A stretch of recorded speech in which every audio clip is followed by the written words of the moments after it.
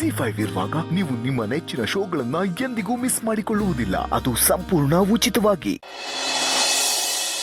ಚಲೋ ಬಂದರಿ. ಆಗಲ್ಲ ಅಂತಂದ್ರೆ ಆಗಲ್ಲಪ್ಪ. ಲೇ ದರಿದ್ರ, ನಾನು ಇನ್ನೂ ಪೂರ್ತಿ ಹೇಳಿಲ್ಲ, ಕೇಳಿಸ್ಕೊಳ್ಳಲಿ. ಆಮೇಲೆ ಜೀವ ಹೋಗ್ಬಿಡುತ್ತಷ್ಟೇ. ಲೇ ದರಿದ್ರ, ಬಿಡ ಬ್ಯಾಗು, ಬಿಡ ಬಿಡ ಬಿಡ ಬ್ಯಾಗು, ಬ್ಯಾಗ್ ಬಿಡ ಬಿಡ ಬಿಡ ಅಂತಾರೆ. ಲೇ ಯಾಕಾಗ ಆಡ್ತೀಯಾ? ಲೇ ಲಕ್ಷ್ಮಿ, ನಡಿಯೇ ಹೋಗೋಣ, ಕರ್ಕೊ ಮಗಳನ್ನ. ರೀ ಎಲ್ಲಿಗ್ರಿ? ಯಾಕೆ ಹಿಂಗ್ ಆಡ್ತಿದ್ದೀರಾ? ಏ ನಿನಗೆ ಆಮೇಲೆ ಎಲ್ಲ ಹೇಳ್ತೀನಿ, ಬಾರೆ ಮೊದಲು ಹೋಗೋಣ ಇಲ್ಲಿಂದ. ಎಲ್ಲಿಗಂತ ಮೊದಲು ಹೇಳಿ ಸಾರಿ. ಈ ಮನೇಲಿದ್ದು ಜೀವ ಹೋಗೋಕ್ಕಿಂತ ಹೊರಗಡೆ ಹೋಗಿ ಕೂಲಿ ಮಾಡಿದ್ರೆ ಸೇರ್ಕಣೆ, ಬಾರೆ ಜೀವನ ಮಾಡೋಣ, ಬಾರೆ ಹೋಗೋಣ. ಅಯ್ಯೋ ಅಳಿಯಂದ್ರೆ ಇದೇನಿದು? ಇದಕ್ಕಿದಂಗೆ ಮನೆ ಬಿಟ್ಟು ಹೋಗ್ತೀನಿ ಅಂತಂದ್ರೆ ವರಲಕ್ಷ್ಮಿದು ಮದ್ವೆ ಆಗ್ತಿದೆ. ಮನೆ ಮಗಳೇನೆ ಮನೇಲಿಲ್ಲ ಅಂದ್ರೆ ಜನ ಏನ್ ಅನ್ಕೊಳಲ್ಲ? ನಮಗ್ ಕೆಟ್ಟ ಹೆಸರು ಬರಲ್ವಾ? ಅಳಿಂದ್ರೆ ಮನೆ ಬಿಟ್ಟು ಹೋಗ್ತೀರಾ? ಯಾಕೆ ಹೇಳಿಂದ್ರೆ? ಏನಾಯ್ತು ಬಾವ? ಮನೇಲಿ ಯಾರಾದ್ರೂ ಅವಮಾನ ಮಾಡಿದ್ರೆ ನಿಮ್ಗೆ? ಸುಬ್ಬು, ಮಾನ ಅವಮಾನಕ್ಕೆಲ್ಲ ಹೆದರಂತವನೇನು ನಾನು? ನಿನಗೆ ಗೊತ್ತಿಲ್ಲ ನಾನೇನು ಅನ್ನೋದು?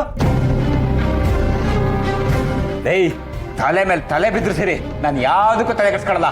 ತಲೆ ಹೋಗಂತ ವಿಷಯ ಬಂದ ಮಾತ್ರ ಕಣ ನಾನು ತಲೆ ಕೆಡ್ಸ್ಕೊಳ್ಳೋದು. ನಡೆಯೋದ ಲಕ್ಷ್ಮಿ, ತೆಗೆದು ಬಿಟ್ಟ ಅಂದ್ರೆ ನೋಡಿಗ ಮನೆ ಬಿಟ್ಟು ಹೋಗ್ತಾನ. ಮನೆ ಬಿಟ್ಟು ಹೋದ್ರೆ ನಿನಗೆ 3 ಹೊತ್ತು ಕುಡಿಯಕ್ಕೆ ಗಂಜಿ ಸಹಿತ ಸಿಗೋದಿಲ್ಲ. ಮಮ್ಮಿ ಅವೆಲ್ಲ ನಂಗೆ ಗೊತ್ತಿಲ್ಲ. ನಾನು ಗಂಜಿ ಇಲ್ಲದೆ ನಾನು ಸತ್ರು ಪರವಾಗಿಲ್ಲ, ಆದ್ರೆ ಗುಂಡಿಗೆ ಕೊಡೋ ಅಷ್ಟು ಗುಂಡಿಗೆ ನನಗಿಲ್ಲ. ಗುಂಡೇಟು ಏನು ಹೇಳ್ತಾ ಇದ್ರಿ ಅಳಿಂದ್ರೆ? ಅಯ್ಯೋ ದೇವ್ರೆ, ಈ ನನ್ನ ಮಗನಿಗೆ ಸತ್ಯ ಹೇಳಿ ತಪ್ಪು ಮಾಡ್ಬಿಟ್ನಾ? ಅಯ್ಯೋ ಮಾವ, ಅದು ನನ್ನ ಬಾಯಿಂದ ಯಾಕೆ ಹೇಳ್ತೀರಾ? ನನಗೆ ಹೇಳಷ್ಟು ಧೈರ್ಯ ಇಲ್ಲ. ಅಕಸ್ಮಾತ್ ನಾನೇನಾರು ಈ ಮನೇಲೇ ಇದ್ದು ಸತ್ತೆ ಅಂತ ಅನ್ಕೊಳ್ಳಿ, ನೀವೆಲ್ಲ ಕಾರಣ ಆಗ್ತೀರಾ. ಅದರಲ್ಲೂ ನೇರವಾಗಿ ಸುಬ್ಬುನೇ ಕಾರಣ ಆಗ್ತಾನೆ.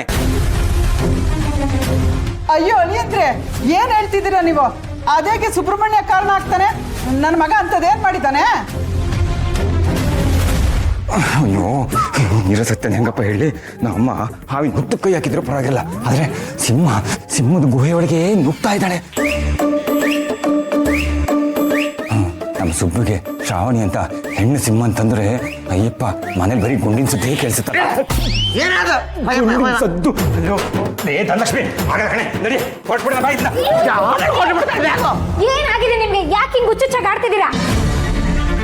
ಏ, ನಿನಗೆ ಹಿಡಿದಿತ್ತಲ್ಲೇ ಹುಚ್ಚು, ಅದೇ ಹುಚ್ಚು ನನಗೆ ಟ್ರಾನ್ಸ್ಫರ್ ಆಗಿರೋದು. ಏಯ್, ಶ್ರೀವಲ್ಲಿ ಅಂತ ಒಳ್ಳೆ ಹುಡುಗಿನ ಸುಬ್ಬು ಮದುವೆ ಆಗಿ ಈ ಮನೇಲಿ ಸಂಸಾರ ಮಾಡಿದ್ರೆ ಎಷ್ಟು ಚೆನ್ನಾಗಿರ್ತಿತ್ತು. ಆದ್ರೆ ನಿನ್ ತಮ್ಮ ದೊಡ್ಡ ತಪ್ಪು ಮಾಡ್ತಾ ಇದ್ದ ಅನ್ಕಣೆ. ಬಾವ, ನಾನೇನು ತಪ್ಪು ಮಾಡ್ತಿದ್ದೀನಿ ಅಂತ ನೇರವಾಗಿ ಹೇಳಿ, ಮನ್ಸಲ್ಲಿ ಏನು ಇಟ್ಕೊಂಬೇಡಿ. ಮದುವೆ ಟೈಮಲ್ಲಿ 1000 ಟೆನ್ಷನ್ ಇತ್ತು ಬಾವ. ಅಕ್ಕ ಬೇರೆ ನನ್ನಿಂದನೇ ಸಮಸ್ಯೆ ಅಂತಿದ್ದಾಳೆ ಮದುವೆಗೆ, ನೀವು ಹಾಗೆ ಅಂತಿದ್ದೀರಲ್ಲ. ಅವಳು ಹಂಗಂದಲ್ಲಪ್ಪ, ಅದಕ್ಕೆ ನಾನು ಹೀಗೆ ಹೇಳ್ತಾ ಇದ್ದೀನಿ. ನಾನೇನು ತಪ್ಪು ಹೇಳಿಲ್ವಲ್ಲ ರೀ? ಶ್ರೀವಲ್ಲಿ ಮನೆಗೆ ಹೋಗಿ ಹತ್ತು ಕರೆದು ರಂಪಾಟ ಮಾಡಿರ್ತಾಳೆ. ಇನ್ ಸ್ವಲ್ಪ ಹೊತ್ತಲ್ಲಿ ಇಂದ್ರಮ್ಮನವರು ಮನೆ ಬಾಗ್ಲಿಗೆ ಬಂದು ನಿಂತಿರ್ತಾರೆ. ಮನೆ ಮಗಳು ಕಣ್ಣಲ್ಲಿ ಕಣ್ಣೀರ್ ಹಾಕ್ಸಿದ್ರೆ ಯಾವ ಅಮ್ಮ ತಾನೇ ನೋಡ್ಕೊಂಡು ಸುಮ್ಮನೆ ಇರ್ತಾರೆ ಹೇಳಿ? ಮದ್ವೆ ಮುರಿದೋಯ್ತು, ಮಾನೆ ಮರ್ಯಾದೆ ಎಲ್ಲ ಬೀದಿಗೆ ಬಂತು ಅಂತ ಅನ್ನಿಸ್ಕೊಂಡಿಲ್ಲ ಇರೋದಕ್ಕಿಂತ ಹೋಗದೆ ವಾಸಿ. ನಡೀರಿ ಹೋಗೋಣ. ಓ, ಟ್ರ್ಯಾಕ್ ಈ ಕಡೆ ಹೋಗ್ತಾ ಇದೆ ನೋಡಪ್ಪ ಕಾರ್ತಿಕೇಯ. ಈ ದಂಡಪಿಂಡಗಳು ಮನೆಯಲ್ಲಿ ಇಲ್ಲ ಅಂದ ಮಾತ್ರಕ್ಕೆ ನೀನ್ ತಲೆ ಕೆಡ್ಸ್ಕೋಬೇಡ. ಮದುವೆ ಅನ್ನೋದು ಸ್ವರ್ಗದಲ್ಲಿ ನಿಶ್ಚಯ ಆಗಿರುತ್ತೆ. ಒಂದು ವೇಳೆ ಇದೆಲ್ಲ ಸಮಸ್ಯೆಗಳಿಂದ ನಮ್ಮ ವರಲಕ್ಷ್ಮಿ ಮದುವೆ ನಿಂತೋಗುತ್ತೆ ಅಂತನೂ ತಲೆ ಕೆಡಿಸ್ಕೋಬೇಡ. ಒಂದು ವೇಳೆ ನಿಂತೋದ್ರೂ ಆ ವರನಿಗಿಂತ ಒಳ್ಳೆ ವರ ನಮ್ಮ ವರಲಕ್ಷ್ಮಿಗೆ ಸಿಗುತ್ತಾನೆ. ಕಾಂತಮ್ಮ, ಏನು ಹೇಳ್ತಾ ಇದ್ರಿ ನೀವು? ಮದುವೆ ನಿಲ್ಲೋ ಮಾತಾಡಬೇಡಿ, ಅಪ್ಶಕ್ನ. ಎಲ್ಲರೂ ಸ್ವಲ್ಪ ಸುಮ್ಮನೆ ಇರ್ತೀರಾ? ಅಳಿಂದ್ರೆ ಅದೇನಾಯ್ತು ಅಂತ ಹೇಳಿ. ಸುಮ್ಮನೆ ಈ ರೀತಿ ಮನೆ ಬಿಟ್ಟು ಹೋಗ್ತೀನಿ ಅಂದ್ರೆ ಏನರ್ಥ? ಅಪ್ಪ, ಅವಾಗಿಂದ ಹೇಳ್ತಾ ಇದ್ದೀನಲ್ಲ, ಇನ್ನೇನು ಹೇಳ್ಬೇಕು? ನೋಡಪ್ಪ, ನೀನು ಅಪಶಕನ ಅನ್ಕೊಂಡ್ರು ಪರವಾಗಿಲ್ಲ, ಅತ್ತೆ ಹೇಳಿದ್ದೆ ನಿಜ ಆಗ್ಬಿಡುತ್ತೆ ಅಷ್ಟೇ. ಆ ಥರ ಏನು ಆಗ್ಬಾರ್ದು ಅಂದ್ರೆ ಹೇಳು ಸುಬ್ಬುಗೆ, ಹೋಗಿ ಶ್ರೀವಲ್ಲಿನ ಮದ್ವೆಗ ಕೊಪ್ಕೋ ಅಂತ. ಅಪ್ಪ, ಶ್ರೀವಲ್ಲಿ ಮದ್ವೆಗೆ ಮನೆ ಸೊಸೆಯಾಗಿ ಬಂದ್ರೆ ಈ ಮನೆ ಸ್ವರ್ಗದ ತರ ಇರುತ್ತೆ. ಇಲ್ಲ ಅಂದ್ರೆ ನರ್ಕ ನರ್ಕ ಆಗತ್ತೆ. ಏಯ್ ಮುಚ್ಚೆ ಬಾಯ್ ಸಾಕು. ಆಗ್ಲಿಂದ ನೋಡ್ತಿದ್ದೀನಿ ಸುಮ್ಮನೆ ಮಾತಾಡ್ತಿದ್ದಾಳೆ. ದನ ಕೊಡೋದ ಲಕ್ಷ್ಮಿ. ಈ ಮನೆ ಮೇಲೆ ಸ್ವತಃ ಆ ದೇವತೆಯ ಕೃಪಾ ಕಟಾಕ್ಷವಿದೆ. ಆ ತಾಯಿ ಒಂದು ಸಾರಿ ಕಣ್ಣು ಬಿಟ್ರೆ ಕೈಲಾಸ, ಹೆಜ್ಜೆ ಇಟ್ರೆ ಸ್ವರ್ಗ. ಹೌದಾ ಅತ್ತೆ? ಹಾಗಿದ್ರೆ ಒಂದು ಕೆಲಸ ಮಾಡಿ, ನೀವು ನಿಮ್ಮ ದೇವತೆನ ಪೂಜಿಸ್ಕೊಂಡು ಇಲ್ಲೇ ಕೂತಿರಿ. ನಿಮ್ಮ ದೇವತೆ ಪ್ರತ್ಯಕ್ಷ ಆದ್ರೆ ನಮ್ಗೆ ಹೇಳಿ ವಾಪಸ್ ಬರ್ತೀವಿ. ರೀ ಏನ್ರಿ ನೋಡ್ತಾ ನಿಂತಿದ್ದೀರಾ? ನಡೀರಿ. ಸುಬ್ಬು,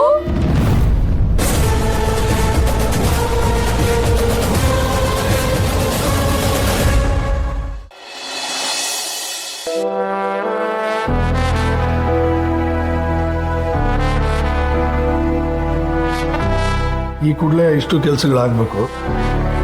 ಆಮೇಲೆ ಈ ಟೆಂಡರ್ ಸಿಕ್ಕಿರೋರ್ನೆಲ್ಲ ಕರೆದು ಒಂದು ಮೀಟಿಂಗ್ ಅರೇಂಜ್ ಮಾಡು. ಸರಿ ಅಣ್ಣ, ಹಾಗೆ ಮಾಡ್ತೀನಿ.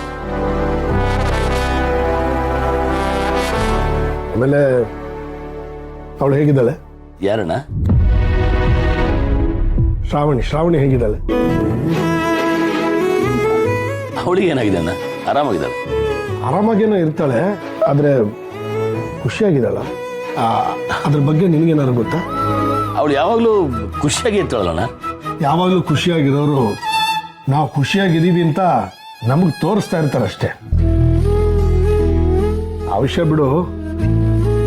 ನಾನೇನೋ ಮದುವೆ ನಿರ್ಧಾರ ಮಾಡಿಬಿಟ್ಟೆ. ಒಂದು ಹೆಣ್ಣಾಗಿ ನನಗೆ ಮದುವೆ ಈಗ ಬೇಕು ಅಥವಾ ಈಗ ಬೇಡ ಅನ್ನೋದು ಅವ್ರ ಮನಸ್ಸಲ್ಲೂ ಇರುತ್ತಲ್ವ. ನಾನೇನೋ ಆ ಥರದಲ್ಲಿ ನಿರ್ಧಾರ ತಗೊಂಡ್ಬಿಟ್ಟೆ. ನಾನು ಮಾತು ಕೊಟ್ಟಿದ್ದೀನಿ ಮಾತ್ರಕ್ಕೆ ಅವಳು ಒಪ್ಕೊಂಡ್ಲೋ ಏನೋ.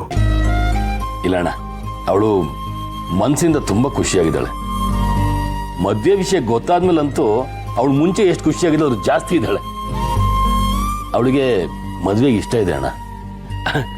ಈಗ ಅವಳಿಗೆ ಒಳ್ಳೆ ಹುಡುಗ ಸಿಗ್ಬೇಕಷ್ಟೆ. ಈಗ ಸಮಾಧಾನ ಆಯ್ತು ಕಣ ನಿನ್ನ ಮಾತು ಕೇಳಿದ್ಮೇಲೆ. ನಾನು ಇದುವರೆ ತನಕ ಅವಳ ಬಗ್ಗೆ ಯೋಚನೆ ಮಾಡಿರಲಿಲ್ಲ. ಅವಳು ಯಾವ ವಿಷಯದ ಬಗ್ಗೆನೂ ನಾನು ತಲೆನೇ ಕೆಡಿಸ್ಕೊಂಡಿರ್ಲಿಲ್ಲ. ಆದರೆ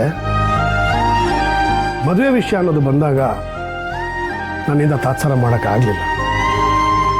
ಮದುವೆ ಅದೊಂದು ದೊಡ್ಡ ಜವಾಬ್ದಾರಿ, ಅವಳ ಜೀವನ. ನಾವು ಅವಳ ಜೀವನನ ಇನ್ನೊಬ್ಬರ ಕೈಲಿ ಕೊಡ್ತಾ ಇದ್ದೀವಿ ಅಂದಮೇಲೆ ನಾವು ಅವಳು ಎಂಥ ಮನೆ ಸೇರ್ತಾ ಇದ್ದಾಳೆ ಅನ್ನೋದು ನೋಡಲೇಬೇಕು. ಮನೆಯವ್ರು ಎಲ್ಲರೂ ಅವಳನ್ನು ಚೆನ್ನಾಗಿ ಪ್ರೀತಿ ಮಾಡಬೇಕು. ಅವಳು ಬಲಗಾಲಿಟ್ಟು ಹೊಸಲು ದಾಟಿತು ಅಂದರೆ ಆ ಮನೆಯವ್ರು ಎಂಥ ಪರಿಸ್ಥಿತಿಲಿದ್ರು ಅವ್ರ ಮುಖದಲ್ಲಿ ಖುಷಿ ಕಾಣಿಸ್ತದೆ.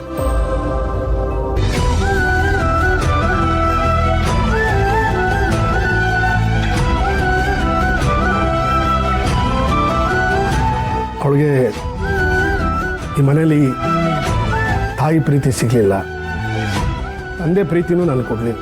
ಆದರೆ ಅವಳು ಹೋಗೋ ಮನೆಯಲ್ಲಿ ರಾಣಿಯಾಗಿರ್ಬೇಕು.